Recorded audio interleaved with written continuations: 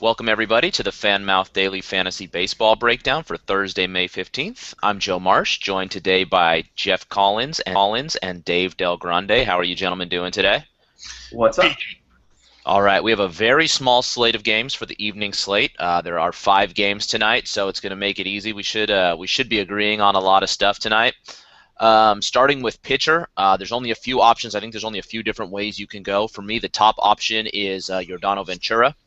9.35 Ks per nine. He's pitching at home. He's allowing a 182 batting average at home.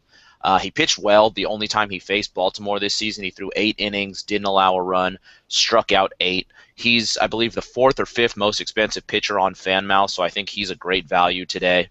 A couple ways you can go to pair him. You can go Kane or Evaldi. I'm leaning towards Evaldi. There's a lot of risk out there, but I think he's got the best shot at a nice strikeout total. He's got 8.64 Ks per nine. He's facing the Giants, who have the 9th most strikeouts in the league. And he's been solid on the road this season and has the benefit of pitching in San Francisco. So I think that's the way I'm going to go. It's not going to cost you a lot. I was setting up lineups today. If you pair those guys together, you only need to save at a couple positions, and you can afford to start a lot of really good players elsewhere. Jeff, what do you think of the pitcher? You said a lot of good things there. Basically, there are only a few guys in play. I think it's Ventura, Kane, and Uvalde. Anyone else shouldn't be considered. Such a small slate that you've really got to get this right. And those 3 pitchers play in the 2 games that have the 2 lowest over-unders. They're both at 7. I suspect the Giants game might go over 7, but I think the Giants will be on the better side of that. We've talked about Miami's home-away splits before, and you look at last night, and it makes you scratch your head a little bit as they put up 14 runs. But this is a spot where I would expect Miami to not perform very well. I think they used up all their runs yesterday. So wind blowing out a little bit in San Francisco. Weather's nice, so typically nice hitting conditions for a game in Alphabet Park, but I think it looks good for Kane at the very least, and possibly Uvalde due to the strikeouts Uvalde could get.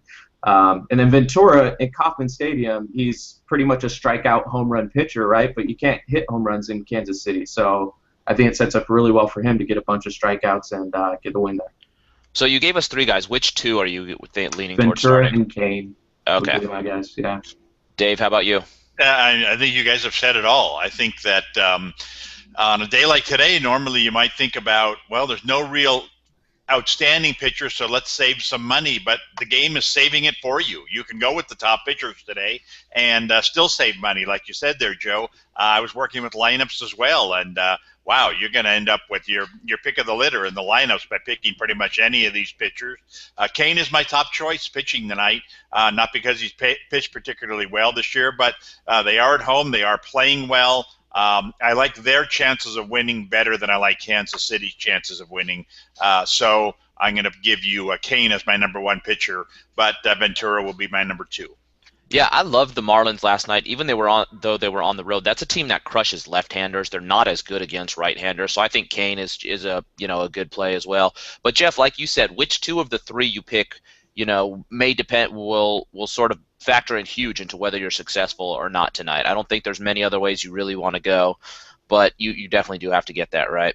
Yeah, I mean, there's just, going back to that, there's just going to be such a small edge tonight. You're going to see a lot of close games in your head-to-heads. You're not going to really blow anyone out of the water because, like I said, those 3 options are good ones. And think about if us 3 are all playing each other. We're going to have some mix of those 3 pitchers, and they're all going to be within a few points of each other, I would think. So it's the matter of, okay, I've got to get that guy that gets the extra few points in order for me to win. And then when you're talking about building your lineup, you're going to have so much overlap there because there's going to be some players that I think are must-plays, a lot of players that are must-plays at their positions.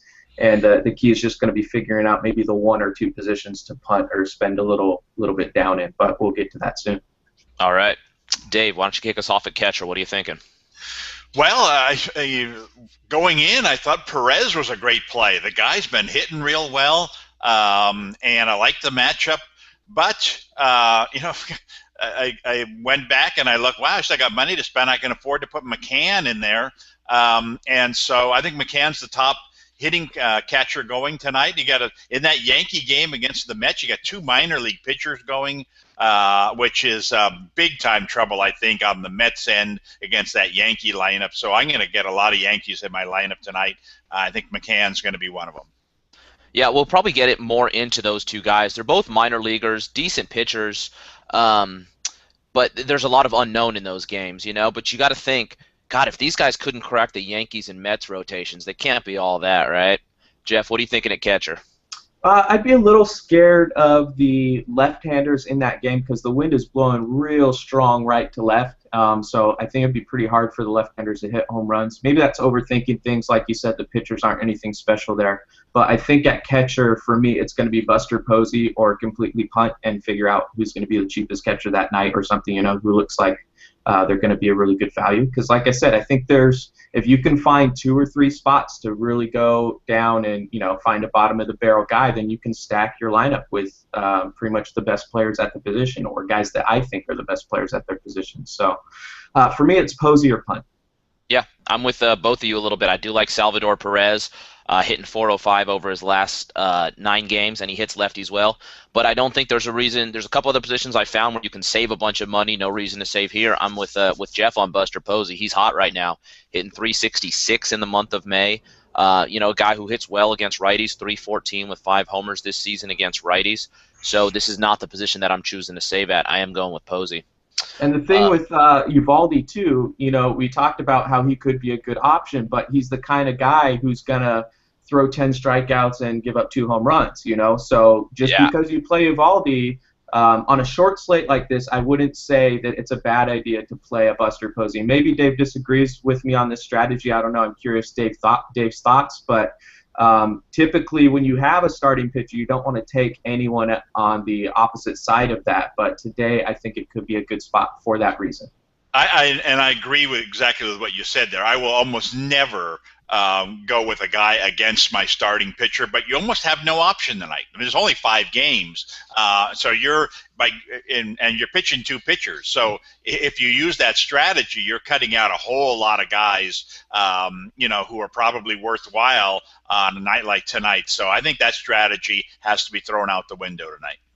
Yeah, I don't love going against my pitcher, but you know, if a guy gets 2 or 3 hits, that doesn't really affect the pitcher's stats all that much, and that's a pretty good night at the plate for your hitter. So I don't stack up players. I try to avoid it when I can, but I'm not completely opposed to it. Moving over to first base, couple good options here. I like Teixeira a lot. At least I did until Jeff told me about the wind.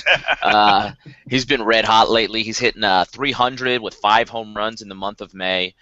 He is great from the left side. He's got 7 home runs and 62 at-bats from the left side. And like we said, facing the guy who's just called up DeGrom.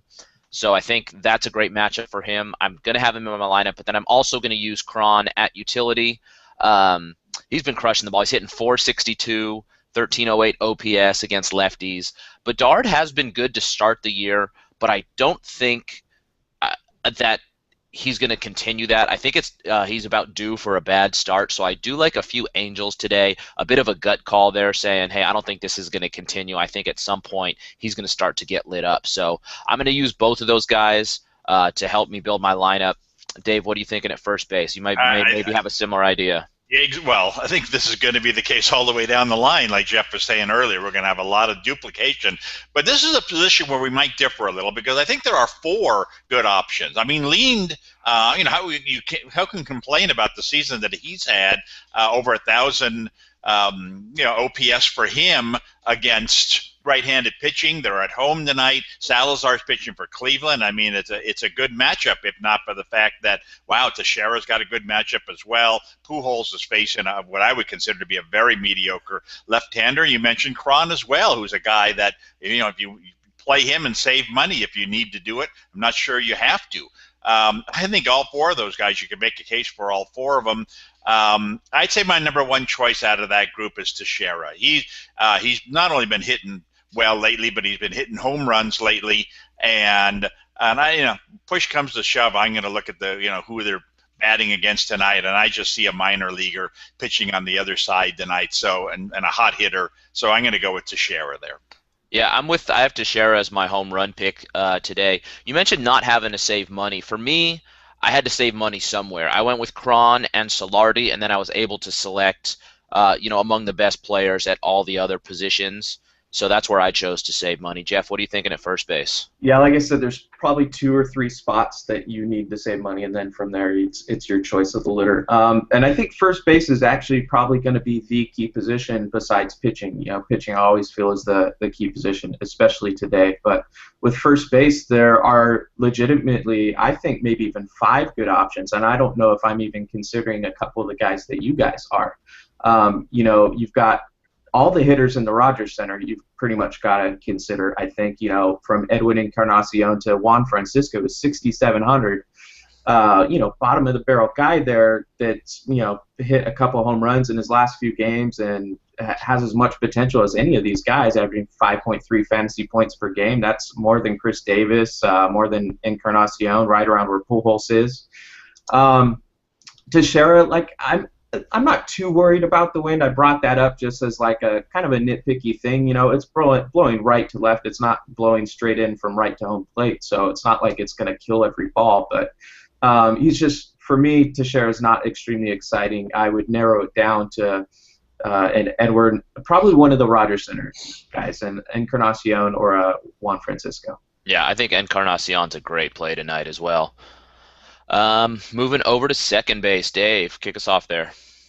Well, here's the position where I'm going to save money. I don't really like the top end choices. I mean, are there any top end choices at second base going tonight? I'm going to go with, and I'm going to check the lineups to make sure he's playing. He's been playing regularly lately, but I'm going to go with Green tonight of the Angels. He qualifies as a second baseman on Fanmouth. He's been playing some outfield. He's not a power guy, but he has, he has hits in his last 4 or 5 games that he's played, including all 3 games this week. And they're, he's a right-handed hitter facing a weak left-handed pitcher. I think the Angels are going to score a bunch of runs tonight. Not that he's necessarily in the middle of the order, but he will contribute to that. I think if he gets a hit or two, you'll see him scoring a run or two, maybe even driving in one. A very, very cheap guy. And so, the way that I looked at my lineup, he's really the only real reach in terms of price that I had to go for, which tells you how cheap he is. So he's going to be my pick at second base. All right, Jeffrey, what are you thinking? Greg Green is cool. He'll get you, I think he's had 9 hits in his last 8 games is what I'm looking at right here. But only one of those hits was an extra base hit. So that's why I'm not going to play Grant Green. He just doesn't have any upside at all. He has, looks like, 2 or 3 multi-hit games. There's just not a lot of potential for points there. I understand it's a punt and you're not expecting a ton, but I think if you spend a little bit more and get a guy like Brandon Hicks, you've got that home run potential. You've got, I've talked about how the game sets up fairly well for the hitters, it looks like, even though Vegas has a low over-under, but the wind's blowing out a little bit and it's hot. And you've got Uvalde, who's going to be a strikeout or home run type pitcher. So the Giants hitters are in a decent spot here. So I agree with Dave that this is a position to punt. You're pretty much forced to punt. There's not really many top options, but I think Brandon Hicks is the way I would go there. Yeah, I like Murphy a bit from the Mets. He's swinging a hot bat. He's hitting 345 in May, and he's facing Whitley. So, I maybe want to get a 1 or 2 Mets in my lineup just in case this guy in his first start struggles. So Murphy's probably the way I would go there. If I wanted a lower end pick, I do like Hicks. I like Forsythe with as long as Zobrist is out, he's a good cheap option as long as he's starting. So that's the way I would go. If you wanted to punt, I think he makes a decent punt play. Moving over to third base, Jeff, who do you like at third? I think Longoria is the way to go there. Again, I've talked about how you just go with the top guys at each position once you've punted a couple times, and I think Longoria is the top guy. I would consider Brett Lowry if you needed to save a little bit of money. Again, Rogers Center, I love hitters there, and I think it sets up really well for him. He's been playing well lately. Had a double yesterday with an RBI. He's gets hits pretty regularly and has got some decent pops, so I don't mind either of those two. Yeah, so this is another spot I mentioned where I'll probably save money and go with Solardi because I think he still provides you a decent offensive option. He's hitting well in this series, 6 for 11, hitting 395 in the month of May, and he's somebody that I like when he's hitting from the left side. He's hitting 364 from the left side this year. And I think the Yankees will have a chance to score some runs, like Dave said. So I like Solardi being in the middle of that. Dave, what are you thinking at third? I agree. I don't even consider him a reach. I consider him. This is a hot hitter. This is a guy with 3 home runs last week, facing now the weakest pitcher he'll have faced the entire week. Batting in a lineup that I said I think is going to score a bunch of runs. You have a Yankee team that just lost twice at home to the Mets earlier this week. Got a bit of revenge last night. I think they're looking to even the score tonight with a big win. I think they have the potential to do that. You could argue that Solardi has been their hottest hitter this past week. He and Teixeira, I want them both in the lineup tonight. So, I'm going with him. Yeah, there was just the first 2 games. There was just a ton of scoring in this series before Tanaka took the mound. Moving over to shortstop, Jeff. Who do you like at short? There's only one guy you should play at shortstop today. It's Jose Reyes. I've talked about this Cleveland-Toronto game a lot because it's the highest over/under of the day, 9.5, with good reason. I think there's going to be a lot of scoring in this game, and against Danny Salazar, I think Reyes is going to have a good chance to steal some bases and get some hits. Yeah, I'm pretty sure we're unanimous on this. I don't think there's really anywhere else to go other than Reyes. Hitting much better recently, 8 for his last 23. I think it's definitely, like Jeff said, a great idea to get a few Blue Jays in your lineup today. Dave? Yeah, no, I agree with you. I mean, I think you can consider Cabrera on the other side of in the other dugout in that game. He had a couple homers last week. He's been hitting well lately, but you don't save that much price. I mean, I think Reyes is the best choice. I think he's got a good matchup. There's really no reason to look anywhere else. All right, last spot we're going to talk about is outfield. Dave, what are you thinking in the outfield? Well, again, I think we're going to have a lot in common here. I think it's going to come down to the third outfielder and whether you want to play a fourth at utility. I think that, Trout and Batista are 2 absolutely positively got to have them in the lineup, guys. There's really no reason not to have them in. I mean, usually you have to think about, well, can I afford 2 high-priced guys like tonight?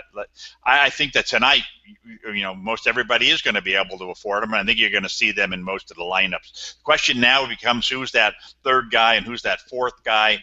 To me, I would go with Brett Gardner as my third guy. A third or fourth Yankee that I'm going to have in the lineup.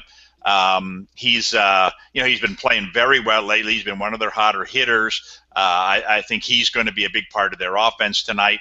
I think Hunter Pence of the Giants, hot hitting lately outfielder, would be another guy I would consider. Both Gardner and Pence are obviously significantly cheaper than my top 2 guys. I'd consider playing them both. But if I pick between the 2, I'm picking Gardner as my third outfielder. Jeff, what do you think? Same thing. Bautista and Trout are pretty much must plays. I agree with Dave. You should see everyone with those guys in your lineup, and then it's figuring out the third guy and possibly your utility if you're going to use an outfielder there. I don't think Stanton is a guy that I'm going to take because I do think Matt Cain is going to do well today. So Stanton is the one high-priced guy I'm going to avoid. I like Melky, who's a little bit cheaper than Stanton, playing in that high-scoring projected game today at the Rogers Center. So I think, those are your top 3 options, and figuring out, okay, well, who's the low-price guy going to be? You're looking at guys like Desmond Jennings, I think, who's really struggled lately, but for his price, $6,800, you're going to have to take a chance on a guy like that has home run and speed potential both. He has 4 home runs and 9 steals on the year, batting .254. That's the type of player that I would look like, a guy with a lot of upside. Yeah, I don't have much to add here. I'm with you. My top 3 are Bautista, Cabrera, and Trout. Cabrera's a guy I always love when he's hitting from the left side. And then, my other guy was Brett Gardner, too. I like him a bit as well. He's hitting well in this series, 6 for 15, hitting well in May, 320, scored 11 runs in May. So I don't think you can go wrong with any of those 4 guys. And the way I set it up earlier, I was able to afford Trout, Bautista, and Cabrera. So no reason to save money. There's a few top options. You mentioned Stanton. He does have a good track record against Cain. I believe he has 3 home runs in 17 at-bats against Cain. But I'd rather have Trout and Bautista today. I wonder if those are on the road, though, or at home. Yeah, it makes a huge difference whether he's It's tough to. I didn't go back that far, dig that deep. I was like, I'm assuming a lot of those are in Miami and not in San Francisco. Exactly. I would assume too. I don't know for sure, but yes, that's what I would assume. And, I mentioned, looking for a utility guy among the outfielders. I'm not even sure that's necessary. I think first base tonight is going to be the position to get your utility guy. We've talked about this earlier. Even Jeff, you mentioned there's, even 5 or 6 guys worth considering there. And as I did my original lineup, I thought, well, I could put Gardner and Pence both in there. And I looked and I thought, whoa, I can afford Pujols at utility and still play Teixeira at first base. So that would be the direction that I would go in there. I think that, don't shortchange yourself there thinking you need an outfielder for that 4th spot. I would look at first base among the many options that we brought up and use that as your utility tonight. That's a good point. I agree with that. And Joe, I'm curious your thoughts. Hector Sanchez, a guy you like a lot this year, possibly starting today, really cheap on Fanmouth, 5,400. I'm not as big of a fan as you are. He's batting .212 on the year. He has 2 home runs, both in one game at Coors Field, so hasn't really shown any pop. What do you think about Hector Sanchez? Is he in your lineup a must-play again if he's starting? He's not. He's a must-play when there's a lefty on the mound. He's hitting from the right side. Against righties, I don't start him. He hits .353 against, from the right side, so that's when I will choose to start him to save money at catcher. Again, today, no reason to save money, and I don't like him that much hitting from the left side. Go ahead, Dave. I'd be very surprised if he started tonight. The way it looks, when the Giants face right-handed pitching, that gives them an opportunity to play their new left fielder and move Morse to first base and move Posey into catcher. And even, Gregor Blanco had a big game last night playing center field. Now, they expect Pagan back tonight, but I think Bochy has 2 left field options that he kind of likes tonight, which almost for sure in my mind says, okay, Morse is going to play first base and Posey's going to catch tonight. So I'd be surprised if Sandoval caught. Yeah, that's the way I saw it. I'd be very surprised if Sandoval caught. Yeah, Sandoval. You misspoke. But, oh, sorry. Not Sandoval. They look the same, though. Sanchez. Yes, yeah, sorry. I would be, like I said, that's how I projected it going forward. Michael Morse playing first base. I said that earlier this week. I think people were thrown off because on the road trip, Michael Morse didn't have his first baseman's glove when Brandon Belt got hurt. I guess I was told that he thought it's bad luck to bring your first baseman glove because then a guy could end up getting hurt. But a guy ended up getting hurt anyway. So that's why Morse didn't play any first base on the road trip. But he should be playing first base from here on out now. Did you see him attempt to field that ground ball a couple nights ago? I was at that game. Yes, that was okay. Ugly. I think that's really another reason he's not playing first base. Yeah. But right. I think that's the way I think they're going to go. I think you're going to see, oftentimes Posey and Sanchez playing together in tandem against left-handed pitchers, but not so much against righties. Yeah, I'll stick to Sanchez when there's a lefty on the hill, like I said, but not against a right-hander. And Joe, so what do you think about utility? What's the way to go? Is it first base like Dave and I are thinking, or is there? It is, and I'll go ahead and give you my final word while we're doing this, and that's because I went with Crone at utility. That way I could play him and Teixeira in tandem. I only had to start Crone and Solardi, and then I could afford pretty much top guys everywhere else with Ventura and Evaldi. I didn't really have to budget anywhere else, so and I was able to get Bautista and Trout into my lineup. So that's my advice to you today. Is there's only a couple spots you need to save. I think Crone is so cheap and so productive that I think it makes a ton of sense. Same with Solardi. If you only have to start those guys and you're picking top players everywhere else, I think that makes a great lineup tonight. Jeffrey, what do you think? Final word. Well, I think there's 2 games to attack hitters. That's the Indians and the Blue Jays game. That's the 9.5 over/under. And then I never talked about the Tampa Bay Rays and Angels over/under, but it's 9. We're right behind the other games. So those are the 2 high-scoring or projected high-scoring games today.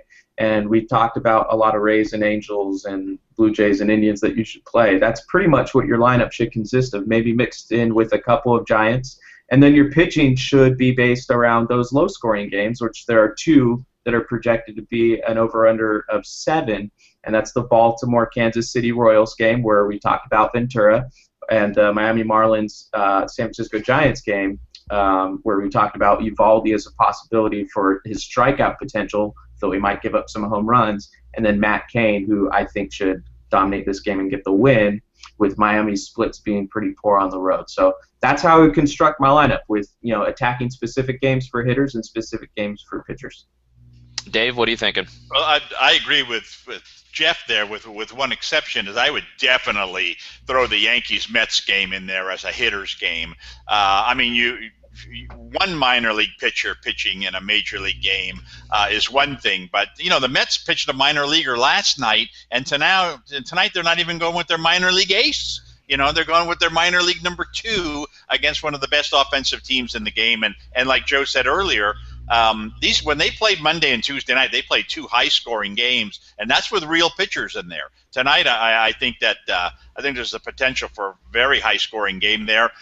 That's not to say that the games at Toronto and at Anaheim are not going to be high scoring, because I think they're going to be. So I mean, I agree with that strategy as well. But I would caution, don't forget your Yankees, especially your Yankees, when considering your lineup tonight. Well, let me rebut that real quick. A lot of times when you've got guys that have never been in the big leagues, their first start is actually pretty good because no one's ever seen their stuff. So I think that's why Vegas has the over/under low. It's 7.5, just barely above those other pitching games that I talked about being good ones to attack. So they're risky. The reason I didn't mention them as potential targets for pitching in fantasy today is because it's risky. But you could just as easily see a 1-0 game today as you will, a 7-8 game. So Yeah. I'm very cautious about young pitchers that for the first time are facing hitters that the hitters have never seen. And I don't know anything about these guys either, so. Yeah, Vegas. That does worry me a bit, but I have a feeling one of them pitches a good game and one of them doesn't. That's what my gut tells me, but I don't know how to pick which one it'll be. I'm guessing that DeGrom will struggle a bit against the Yankees because they are such a good offensive team. Whitley may have a bit of luck. He's facing the Mets, who are a poor offensive team. Like you said, no one's ever seen them before. Yeah, there's a reason I didn't mention any of those guys. It's because it's too risky. It could go either way. They could have great games or they could have really poor games. So I think the hitters in those games, the Mets and the Yankees, are good to attack for a tournament. But when you're talking about playing people heads up or, in a 50-50 game, that is way too risky to throw your guys out against these pitchers. I would say that my experience is what you said there is true with left-handed pitchers. You see left-handers tend to be more of a mystery the first time around, not just their first game in the league, but their first time around facing every team. Oftentimes you see left-handers get off to a real good start. I think right-handers are more similar in general to other right-handers. I mean, the Yankee guy, for example, pitching tonight, he pitched so bad in spring training that they basically had to cut him midway through the spring and not pitch him anymore. He was so terrible. And like I said about the Mets guy, I mean, the Mets, we saw their best minor league pitcher last night. The Yankees had a field day with him, and we're seeing their second choice tonight. And I don't know. You're right. You don't really know what you're going to see with these guys, but I'm willing to. The roll the dice with, especially, like I said, the Yankees lineup against anybody, I'll take my chances. The Yankees lineup against the Mets number 2 minor leaguer, in kind of a revenge spot, I think. I'll go with that. I'll take that any day. All right, good stuff there from Dave and Jeff. A bit of opposing opinions. That wraps it up. You've got all the good stuff from us today. Like we said, there's going to be a lot of similar lineups, but it's going to be a few key positions where if you make the right call, that's going to make the difference tonight. Check out our full rankings, blog.fanmouth.com. Follow us on Twitter @playfanmouth. And we will be back tomorrow with some more good stuff for you. Thank you for joining us.